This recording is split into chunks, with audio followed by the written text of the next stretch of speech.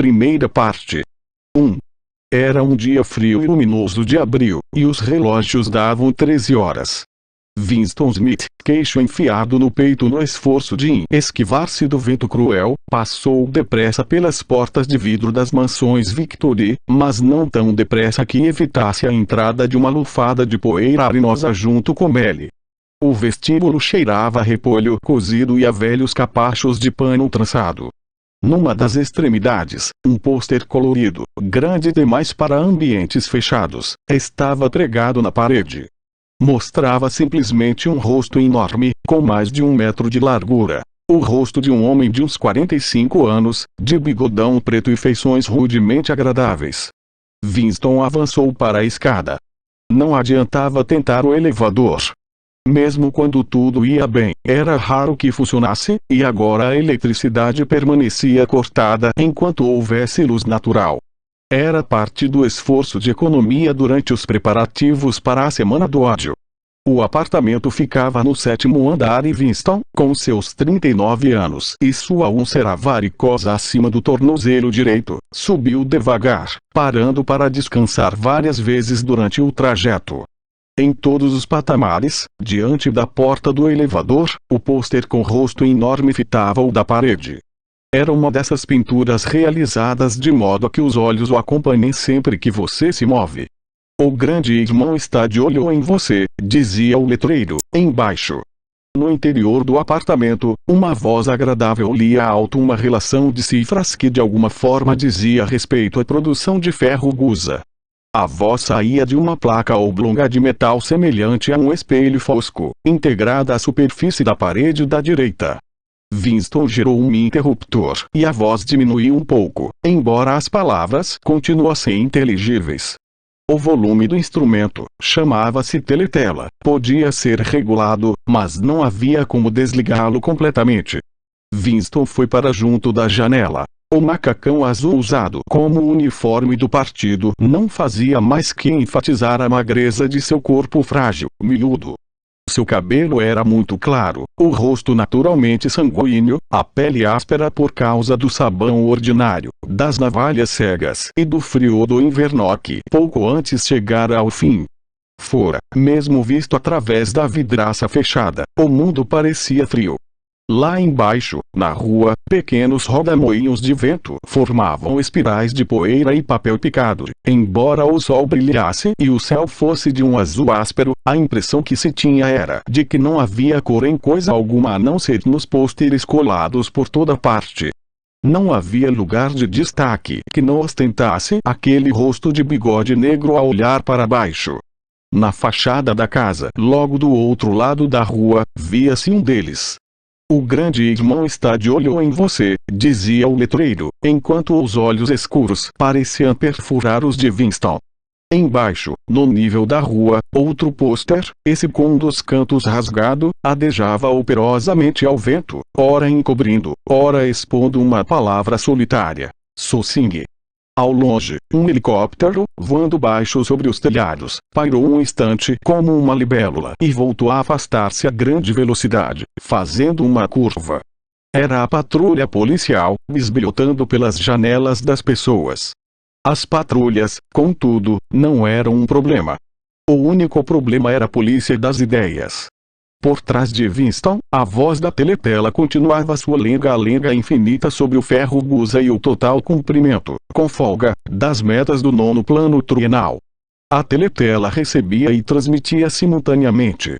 Todo som produzido por Winston que ultrapassasse o nível de um sussurro muito discreto seria captado por ela. Mas, enquanto Winston permanecesse no campo de visão enquadrado pela placa de metal, além de ouvido também poderia ser visto. Claro, não havia como saber se você estava sendo observado num momento específico. Tentar adivinhar o sistema utilizado pela polícia das ideias para conectar-se a cada aparelho individual ou a frequência com que o fazia não passava de especulação. Era possível inclusive que ela controlasse todo mundo o tempo todo. Fosse como fosse, uma coisa era certa: tinha meios de conectar-se a seu aparelho sempre que quisesse. Você era obrigado a viver, e vivia, em decorrência do hábito transformado em instinto, acreditando que todo som que fizesse seria ouvido e, se a escuridão não fosse completa, todo o movimento examinado meticulosamente. Winston mantinha as costas voltadas para a teletela. Era mais seguro. Contudo, como sabia muito bem, mesmo as costas de uma pessoa podem ser reveladoras. A 1 quilômetro de distância, o Ministério da Verdade, onde ele trabalhava, erguia-se vasto e branco por sobre a paisagem encardida. Aquela, pensou como uma espécie de contrariedade difusa, aquela era Londres, principal cidade da faixa aérea 1, terceira mais populosa das províncias da Oceania. Tentou localizar alguma lembrança de infância que lhe dissesse se Londres sempre fora assim. Será que sempre houvera aquele cenário de casas do século XIX caindo aos pedaços, paredes laterais escoradas com vigas de madeira, janelas remendadas com papelão, telhados reforçados com chapas de ferro corrugado, decrépitos muros de jardins adernando em todas as direções? E os lugares bombardeados, onde o pó de gesso dançava no ar e a salgueirinha crescia e se espalhava sobre as pilhas de entulho? E os locais onde as bombas haviam aberto clareiras maiores e onde tinha brotado colônias sórdidas de cabanas de madeira que mais pareciam galinheiros? Não adiantava, ele não conseguia se lembrar. Tudo que lhe ficara da infância era uma série de tableauts superiluminados, desprovidos de paisagem de fundo e quase sempre ininteligíveis. O Ministério da Verdade, Miniver, em Nova Fala, era extraordinariamente diferente de todos os outros objetos à vista. Era uma enorme estrutura piramidal de concreto branco cintilante, erguendo-se, terraço após terraço, 300 metros espaço acima do lugar onde Winston estava mal dava para ler, escarvados na parede branca em letras elegantes, os 3 slogans do partido: Guerra é paz. Liberdade é escravidão. Ignorância é força. Comentava-se que o Ministério da Verdade continha 3.000 salas acima do nível do solo e ramificações equivalentes abaixo. Em Londres havia somente 3 outros edifícios de aparência e dimensões equivalentes. Eles tinham o efeito de reduzir tão drasticamente a arquitetura circundante que do telhado das mansões Victoria era possível avistar os 4 ao mesmo tempo. Eram as sedes dos 4 ministérios entre os quais se dividia a totalidade do aparato governamental. O Ministério da Verdade, responsável por notícias, entretenimento, educação e belas artes. O Ministério da Paz, responsável pela guerra. O Ministério do Amor, ao qual cabia manter a lei e a ordem. E o Ministério da Pujança, responsável pelas questões econômicas. Seus nomes, em Nova Fala: Miniver, Minipaz, Minamor e Minipuja. Desses, o realmente apavorante era o Ministério do Amor. O edifício não tinha nenhuma janela. Winston nunca entrara no Ministério do Amor, nunca chegara nem a meio quilômetro de distância. Era impossível entrar no prédio sem uma justificativa oficial, e mesmo nesses casos só transpondo um labirinto de novelos de arame farpado, portas de aço e ninhos ocultos de metralhadora. Mesmo as ruas que levavam até as barreiras externas eram percorridas por guardas com cara de gorila, vestindo fardas negras e armados de cacetetes articulados. Winston virou-se abruptamente. Compusera a própria fisionomia de modo a ostentar a expressão de tranquilo otimismo que convinha ter no rosto sempre que se encarasse a teletela. Atravessou a sala e entrou na minúscula cozinha. Para poder sair do ministério naquele horário, sacrificara o almoço na cantina. Sabia que o único alimento existente na cozinha era um naco de pão escuro que só seria consumido no café da manhã do dia seguinte. Tirou da prateleira uma garrafa de líquido incolor com uma simples etiqueta branca onde se lia Gin Victory. A bebida exalava um odor oleoso enjoativo semelhante ao da aguardente de arroz dos chineses. Winston serviu-se de pouco menos de uma xícara de chá, preparou-se para o impacto e engoliu o líquido como quem toma uma dose de remédio. No mesmo instante seu rosto ficou rubro e lágrimas começaram a escorrer-lhe dos olhos. A substância parecia ácido nítrico e ao engoli-la a pessoa tinha a sensação de receber um golpe de cacetete na nuca. Logo em seguida, porém, a ardência no ventre esmoreceu e o mundo começou a parecer mais prazeroso.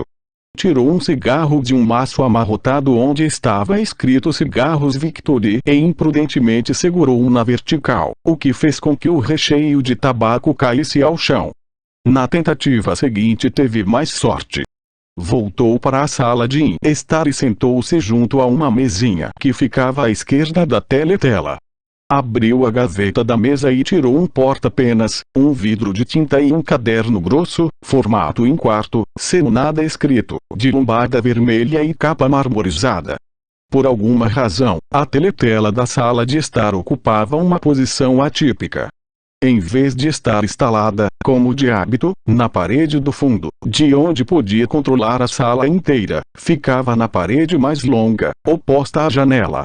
Em um de seus lados havia uma reentrância pouco profunda na qual Winston estava agora instalado e que na época da construção dos apartamentos provavelmente se destinava a abrigar uma estante de livros. Sentando-se na reentrância e permanecendo bem ao fundo, Winston conseguia ficar fora do alcance da teletela, pelo menos no que dizia respeito à visão. Podia ser ouvido, claro, mas enquanto se mantivesse naquela posição não podia ser visto. Em parte fora a topografia pouco usual do aposento que lhe dera a ideia de fazer a coisa que estava prestes a fazer. Mas essa coisa também lhe fora sugerida pelo caderno que acabara de tirar da gaveta. Era um caderno singularmente bonito. Seu papel acetinado, cor de creme, um pouco amarelecido pela idade, era de um tipo que já não se fabricava havia pelo menos 40 anos. Dava para imaginar, porém, que o caderno era muito mais velho do que isso. Vira-o exposto na vitrine de uma lojinha de badulaques desmazelada de um setor miserável da cidade. Qual setor, exatamente, já não se recordava, e fora no mesmo instante tomado pelo desejo avassalador de possuí-lo. Supunha-se que os membros do partido não frequentassem estabelecimentos comerciais comuns, dedicados ao livre comércio, diziam, mas a regra não era obedecida com rigor porque havia diversas coisas, por exemplo cadarço de sapato e lâmina de barbear, impossíveis de serem obtidas de outra forma. Depois de olhar rapidamente para os dois lados da rua, Winston se enfiara na loja e comprara o caderno por $2,50. Na ocasião, não tinha consciência de querê-lo para alguma coisa específica. Cheio de culpa, levara-o para casa dentro da pasta.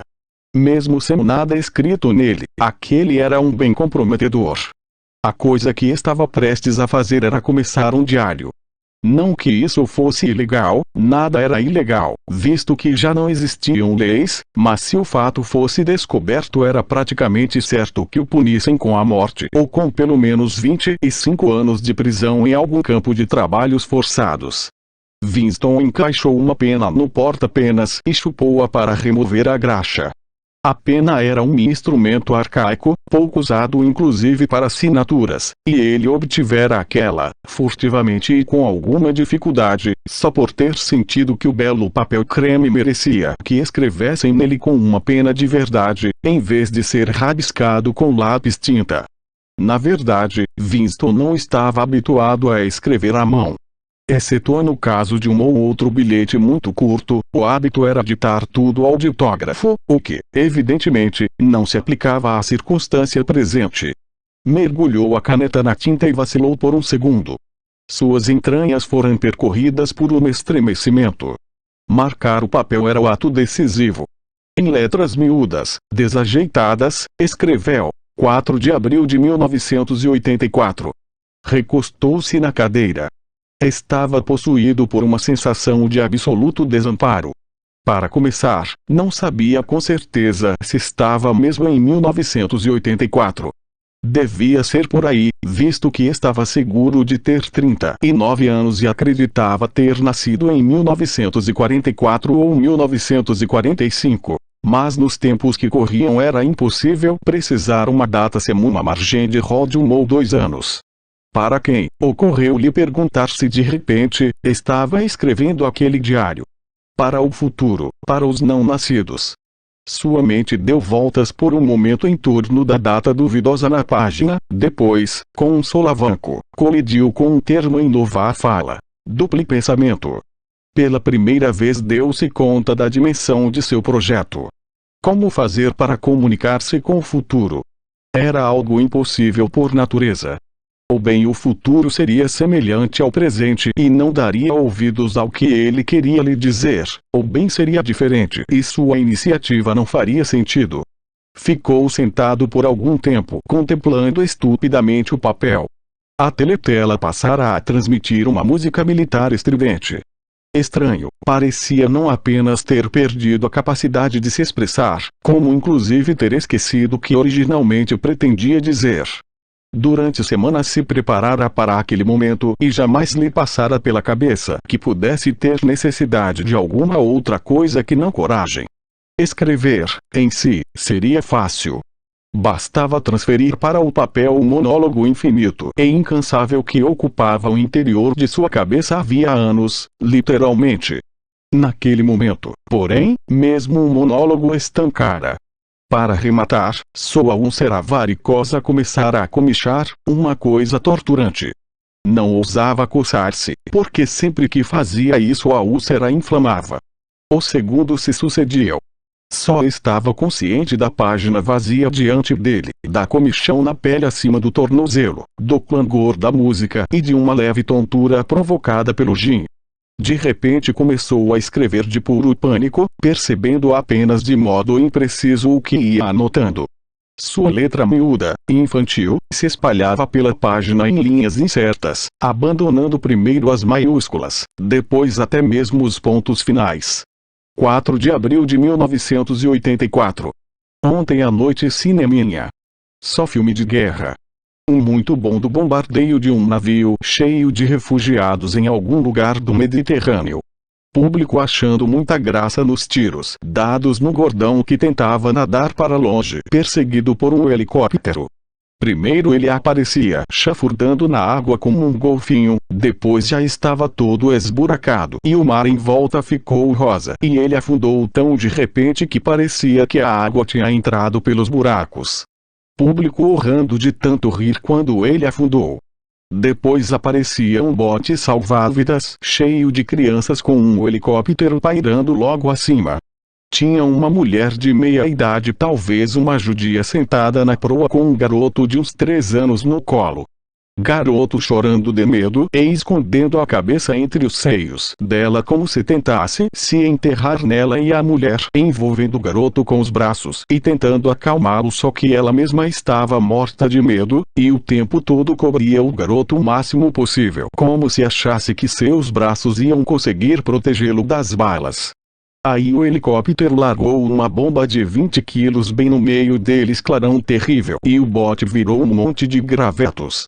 Depois uma tomada sensacional de um braço de criança subindo pelo ar. Um helicóptero com uma câmera no nariz deve ter acompanhado o braço subindo e muita gente aplaudiu nos assentos do partido. Mas uma mulher sentada no meio dos proletas de repente começou a criar caso e a gritar que eles não tinham nada que mostrar, aquilo não na frente das crianças, não deviam, não era direito, não na frente das crianças, não era, até que a polícia botou pra fora. Acho que não aconteceu nada com ela, ninguém dá a mínima para o que os proletas falam, típica reação de proleta. Eles nunca. Winston parou de escrever, em parte porque estava com cãibra. Não sabia o que o levara a derramar aquela torrente de idiotices. Mas o estranho era que enquanto ele fazia aquilo, uma lembrança completamente diferente se definira em sua mente, a tal ponto que quase decidira registrá-la. Fora por causa desse outro incidente. Percebia agora que tomara a decisão repentina de ir para casa e começar o diário. Acontecera naquela manhã no ministério, se é que se podia dizer que algo assim tão nebuloso pudesse ser chamado de acontecimento.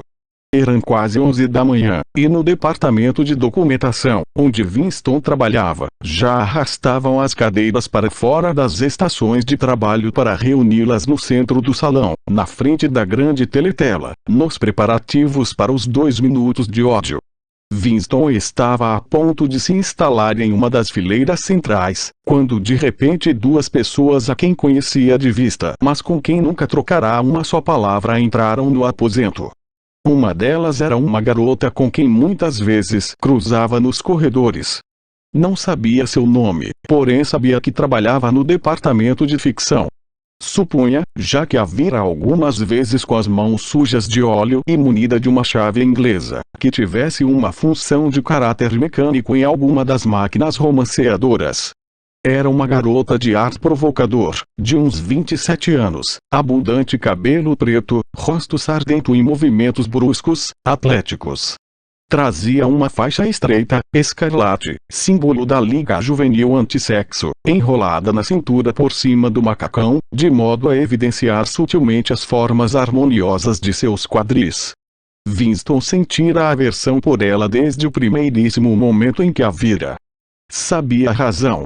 Era por causa da atmosfera de quadras de hóquei, banhos frios, caminhadas comunitárias e mente impoluta que, por alguma razão, a impregnava. Sentia aversão por quase todas as mulheres, sobretudo as jovens e bonitas. Os adeptos mais fanáticos do partido, os devoradores de slogans, os espiões amadores e os farejadores de inortodoxia eram sempre mulheres, sobretudo as jovens. Mas aquela garota em especial lhe dava a impressão de ser mais perigosa do que a maioria. Numa ocasião em que os dois haviam se cruzado no corredor, ela lhe dirigira um rápido olhar enviesado que parecerá perfurar seu corpo e por um instante o deixara tomado do mais profundo horror. Passara-lhe pela cabeça, inclusive, que ela devia ser uma agente da polícia das ideias. Isso, na verdade, era muito improvável. Mesmo assim ele continuava a sentir um desconforto esquisito, uma mistura de medo e hostilidade, sempre que ela estava por perto. A outra pessoa era um homem chamado O'Brien, membro do núcleo do partido e ocupante de um cargo tão importante e remoto que Winston fazia apenas uma vaga ideia de qual fosse sua natureza. Por um momento, ao ver o macacão negro de um membro do núcleo do partido se aproximar, o grupo de pessoas que cercavam as cadeiras ficou em silêncio. O'Brien era um homem grande, corpulento, de pescoço grosso e rosto rude, jocoso, brutal. A despeito da aparência imponente, seu estilo não era desprovido de sedução. Tinha um jeito de reposicionar os óculos no alto do nariz que era curiosamente desarmante, de um modo impossível de definir, curiosamente civilizado. Era um gesto que, caso ainda fosse possível alguém pensar nestes termos, talvez lembrasse um nobre inglês do século XVIII oferecendo a caixa de rapé. Winston cruzara O'Brien uma dúzia de vezes, talvez, ao longo de um número quase igual de anos. Sentia-se intensamente atraído por ele, e não apenas porque o contraste entre seus modos educados e seu físico de combatente de elite o intrigasse. Era muito mais em razão de uma crença secreta, talvez nem chegasse a ser crença, talvez fosse apenas uma esperança, a de que a ortodoxia política de O'Brien não era impecável. Alguma coisa no rosto do outro o fazia acreditar piamente nisso. E, de novo, talvez não fosse nem na ortodoxia o que estava escrito naquele rosto, mas tão só inteligência. Por isso ou por aquilo, O'Brien parecia ser uma pessoa com quem se podia conversar, se por acaso fosse possível lograr a teletela e ficar a sós com ele. Winston nunca fizera o menor esforço para tirar sua dúvida a limpo. Na verdade, não havia como fazê-lo. Naquele momento O'Brien dirigiu os olhos para o relógio de pulso, viu que já eram quase 11 horas e, óbvio, resolveu ficar no departamento de documentação até o término dos 2 minutos de ódio. Ocupou um assento na mesma fileira em que estava Winston, a 2 lugares de distância. Uma mulher franzina, de cabelo ruivo, que trabalhava no cubículo vizinho ao de Winston, estava sentada entre os dois. A garota de cabelo escuro estava logo atrás. Pouco depois um guincho pavoroso, estridente, como o som produzido por alguma máquina monstruosa girando sem lubrificação, escapou da vasta teletela posicionada no fundo da sala. Era um barulho que mexia com os nervos da pessoa e arrepiava os cabelos da nuca. O ódio havia começado. Como de costume, o rosto de Emmanuel Goldstein, o inimigo do povo, surgira na tela. Ouviram-se assobios em vários pontos da plateia. A mulher ruiva e franzina soltou um guincho em que medo e repugnância se fundiam. Goldstein era o renegado e apóstata que um dia, muito tempo antes, quanto tempo, exatamente, era coisa de que ninguém se lembrava, fora uma das figuras destacadas do partido, quase tão importante quanto o próprio grande irmão, e quis depois se entregar a atividades contra-revolucionárias, fora condenado à morte e em seguida fugira misteriosamente e sumira do mapa. A programação de 2 minutos de ódio variava todos os dias, mas o principal personagem era sempre Goldstein. Ele era o traidor original, o primeiro conspurcador da pureza do partido. Todos os crimes subsequentes contra o partido, todas as perfídias, sabotagens, heresias, todos os desvios eram resultado direto de sua pregação. Desta ou daquela maneira ele continuava vivo e maquinando seus conluios. Talvez em algum lugar do outro lado do mar, talvez até sob a proteção de seus benfeitores estrangeiros, era o que se dizia ocasionalmente, em alguma esconderijo na própria Oceania. O diafragma de Winston estava contraído. Ele era incapaz de olhar para o rosto de Goldstein sem ser invadido por uma dolorosa combinação de emoções. Era um rosto judaico chupado, envolto por uma vasta lanugem de cabelo branco e munido de um pequeno cavanhaque, o rosto inteligente e apesar disso, por alguma razão, inerentemente desprezível, com uma espécie de tolice senil no longo nariz esguio, onde se equilibrava um par de óculos já perto da ponta. Parecia a cara de uma ovelha, e a voz, também, tinha uma qualidade algo ovina. Goldstein bradava seu discurso envenenado de sempre sobre as doutrinas do partido, um discurso tão exagerado e perverso que não servia nem para enganar uma criança, e ao mesmo tempo suficientemente plausível para fazer com que o ouvinte fosse tomado pela sensação alarmada de que outras pessoas menos equilibradas do que ele próprio poderiam ser iludidas pelo que estava sendo afirmado. Goldstein atacava o grande irmão, denunciava a ditadura do partido, exigia a imediata celebração da paz com a Eurásia, defendia a liberdade de expressão, a liberdade de imprensa, a liberdade de reunião, a liberdade de pensamento, gritava histericamente que a revolução fora traída, e tudo isso num rápido discurso polissilábico que era uma espécie de paródia do estilo habitual dos oradores do partido, inclusive com palavras em nova fala. Mais palavras em nova fala, aliás, do que qualquer membro do partido costumava usar na vida real. E o tempo todo, para que ninguém alimentasse uma dúvida sequer sobre a realidade encoberta pela lenga-lenga especiosa de Goldstein, por trás de sua cabeça, na teletela, desfilavam as colunas intermináveis do exército eurasiano, fileira após fileira de homens de aspecto sólido e fisionomias asiáticas desprovidas de expressão, que emergiam na superfície da tela e desapareciam, para ser substituídos por outros exatamente iguais. O rumor abafado e ritmado das botas dos soldados formava o panos de fundo para a voz de trombone de Goldstein. Não fazia nem meio minuto que o ódio havia começado e metade das pessoas presentes no salão já começara a emitir exclamações incontroláveis de fúria. Impossível tolerar a visão do rosto ovino repleto de empáfia na tela e o poder aterrador do exército eurasiano logo atrás. Além disso, a visão ou mesmo a ideia de Goldstein produziam automaticamente medo e ira. Ele era um objeto de ódio ainda mais constante do que a Eurásia ou a Lestásia, já que sempre que a Oceânia entrava em guerra com uma dessas potências, costumava estar em paz com a outra.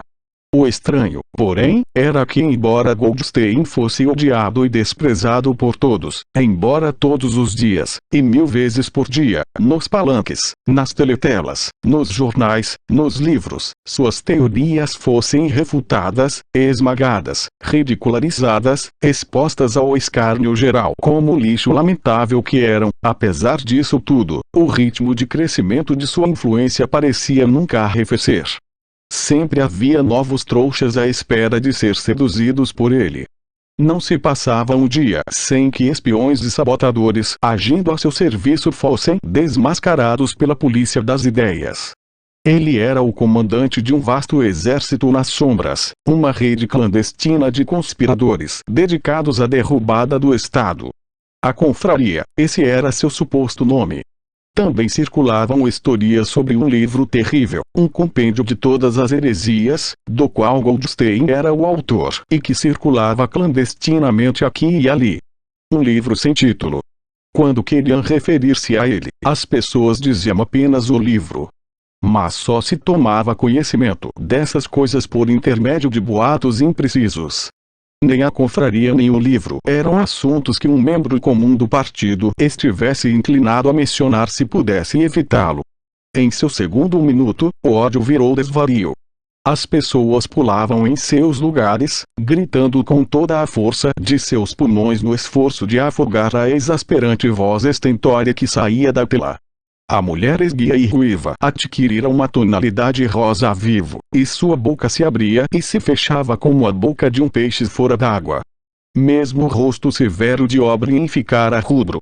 Ele estava sentado muito ereto na cadeira. Seu peito vigoroso estufava e estremecia como se estivesse enfrentando uma vaga. A garota de cabelo escuro sentada atrás de Winston começara a gritar porco. Porco. Porco. E de repente apanhou um pesado dicionário de nova fala e arremessou-o contra a tela. O livro bateu no nariz de Goldstein e despencou. A voz, inexorável, prosseguia. Num momento de lucidez, Winston constatou estar berrando junto com os outros e percebeu que golpeava violentamente a trave de sua cadeira com os calcanhares.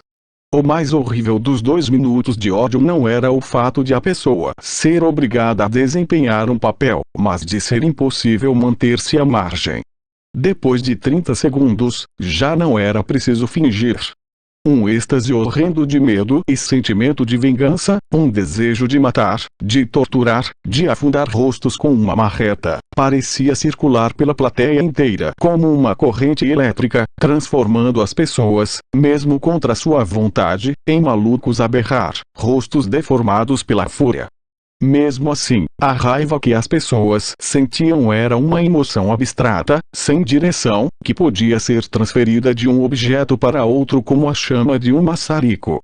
Assim, em determinado instante a fúria de Winston não estava nem um pouco voltada contra Goldstein, mas, ao contrário, visava o grande irmão, o partido e a polícia das ideias. E nesses momentos seu coração se solidarizava com o herege solitário e ridicularizado que aparecia na tela, único guardião da verdade e da saúde mental no mundo de mentiras. Isso não o impedia de, no instante seguinte, irmanar-se àqueles que o cercavam. Quando isso acontecia, tudo que era dito a respeito de Goldstein lhe parecia verdadeiro. Nesses momentos, sua repulsa secreta pelo grande irmão se transformava em veneração, e o grande irmão adquiria uma estatura monumental, transformava-se num protetor destemido, firme feito rocha para enfrentar as hordas da Ásia, e Goldstein, a despeito de seu isolamento, de sua vulnerabilidade e da incerteza que cercava inclusive sua existência, virava um mago sinistro, capaz de destruir a estrutura da civilização com o mero poder de sua voz. Em algumas ocasiões chegava a ser possível alterar o objeto do próprio ódio por meio de um ato voluntário de chofre, graças a um esforço violento como aquele a que recorremos para erguer a cabeça do travesseiro durante um pesadelo. Winston conseguia transferir seu ódio ao rosto que aparecia na tela para a garota de cabelo escuro sentada logo atrás. Alucinações vívidas, belas, passavam-lhe pela mente. Haveria de golpeá-la até a morte com um cacetete de borracha. Haveria de amarrá-la nua a uma estaca e depois alvejá-la com flechas, como São Sebastião. Haveria de violentá-la e no momento do clímax cortaria sua garganta. De mais a mais, agora percebia mais claramente que antes porque a odiava. Odiava porque era jovem, bela e assexuada, porque queria ir para a cama com ela e nunca o faria, porque em torno de sua adorável cintura flexível que parecia impedir que a envolvesse com o braço havia apenas a odiosa faixa escarlate, símbolo agressivo de castidade. O ódio chegou ao clímax. A voz de Goldstein se transformara efetivamente num baledó de ovelha e por um instante seu rosto assumiu um semblante de ovelha.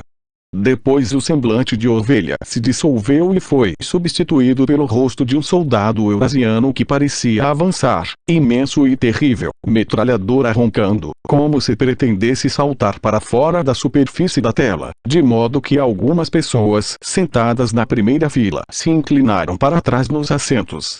No mesmo instante, porém, levando todos os presentes a suspirar aliviados, o personagem hostil desapareceu para dar lugar ao rosto do grande irmão, cabelo preto, bigode preto, cheio de força e misteriosa calma, e tão imenso que quase enchia a tela inteira.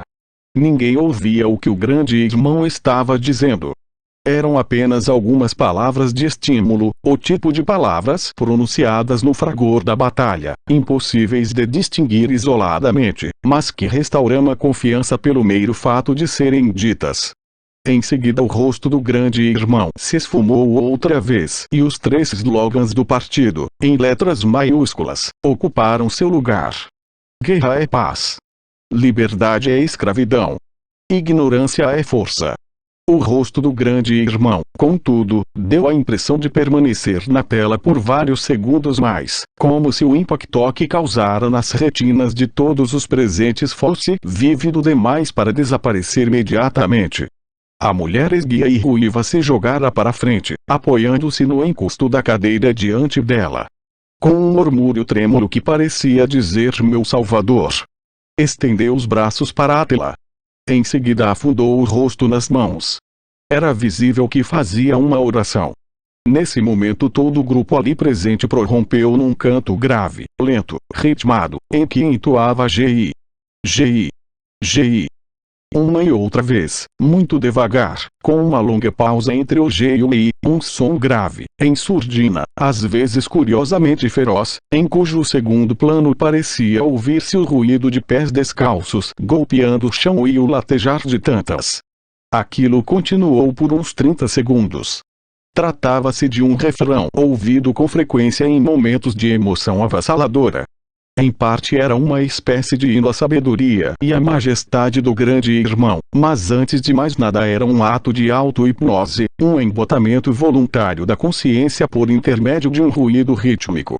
Winston teve a sensação de gelar por dentro. Durante os 2 minutos de ódio ele não conseguia deixar de se integrar ao delírio coletivo, porém aquela entonação subhumana de G. G. Sempre o deixava horrorizado. Claro que cantava com os outros. Impossível não fazê-lo.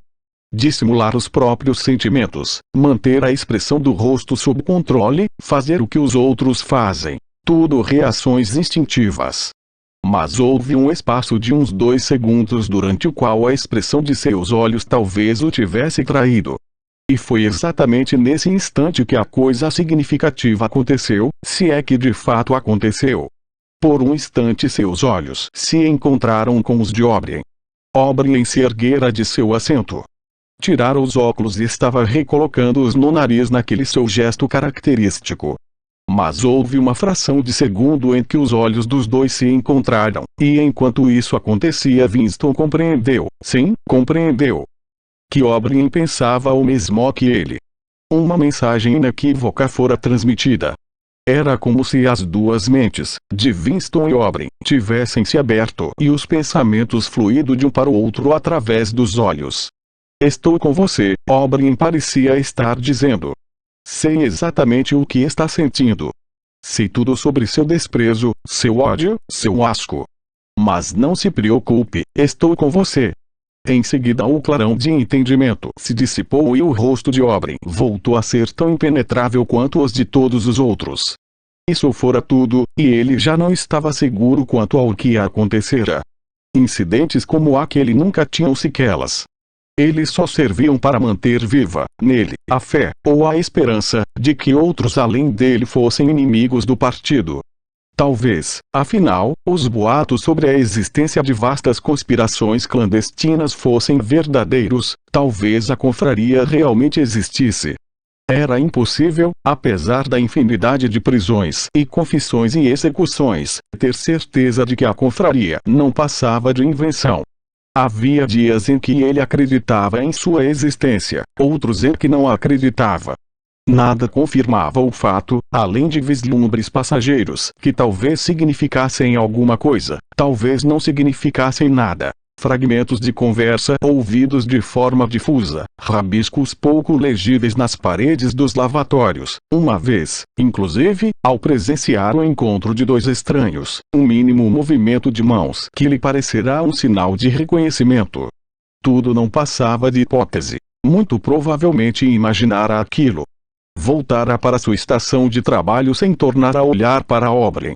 A ideia de levar adiante aquele contato passageiro nem lhe passara pela cabeça. Teria sido perigoso ao extremo, mesmo que soubesse como agir para fazê-lo. Por 1 segundo, 2 segundos, ele e Oberyn haviam trocado um olhar equívoco, e ponto final. Mas mesmo isso era um acontecimento memorável na solidão cerrada em que eram obrigados a viver. Winston saiu de seu torpor e endireitou o corpo na cadeira. Soltou um arroto. Hoje seu estômago começava a subir. Seus olhos voltaram a fitar a página. Constatou que durante o tempo em que ficara ali sentado sentindo-se desamparado continuara a escrever, como numa ação automática. E já não era a letra retraída e desajeitada de antes. A pena deslizara voluptuosamente pelo papel macio, grafando em letras de forma graúdas e nítidas. Abaixou o grande irmão. Abaixou o grande irmão. Abaixou o grande irmão. Abaixou o grande irmão. Abaixou o grande irmão. Vezes sem fim, enchendo metade de uma página. Não conseguiu evitar uma fisgada de pânico. Um absurdo, já que escrever aquelas palavras específicas não era mais perigoso do que o ato inicial de começar um diário. Por um momento, porém, teve a tentação de arrancar as páginas inutilizadas e deixar todo o projeto de lado. Não o fez, porém, porque sabia que era inútil. O fato de escrever ou deixar de escrever abaixo o grande irmão era irrelevante. Não fazia a menor diferença levar o diário adiante ou não. De toda maneira, a polícia das ideias haveria de apanhá-lo. Cometera, e teria cometido, mesmo que jamais houvesse aproximado a pena do papel, o crime essencial que englobava todos os outros. Pensamento-crime, eles o chamavam. O pensamento-crime não era uma coisa que se pudesse disfarçar para sempre. Você até conseguia se esquivar durante algum tempo, às vezes durante anos, só que mais cedo ou mais tarde, com toda a certeza, eles o agarrariam. Era sempre à noite, as prisões invariavelmente aconteciam à noite. O tranco súbito que arranca do sono, a mão brutal sacudindo o ombro, as luzes ofuscando os olhos, o círculo de rostos impiedosos em torno da cama. Na vasta maioria dos casos não havia julgamento, não havia registro de prisão.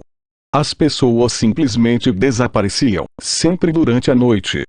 Seus nomes eram removidos dos arquivos, todas as menções a qualquer coisa que tivessem feito eram apagadas, suas existências anteriores eram negadas em seguida esquecidas. Você era cancelado, aniquilado, vaporizado, esse é o termo costumeiro. Por um momento, foi tomado por uma espécie de histeria. Começou a escrever, em garranchos apressados e sem capricho. Vão me dar um tiro, não me incomodo. Vão me dar um tiro na nuca, não me incomodo. Abaixo o grande irmão. Eles sempre atiram na nuca, não me incomodo. Abaixo o grande irmão. Recostou-se outra vez na cadeira, um pouco envergonhado de si mesmo, e largou a pena. No instante seguinte estremeceu com violência. Alguém batia à porta. Já.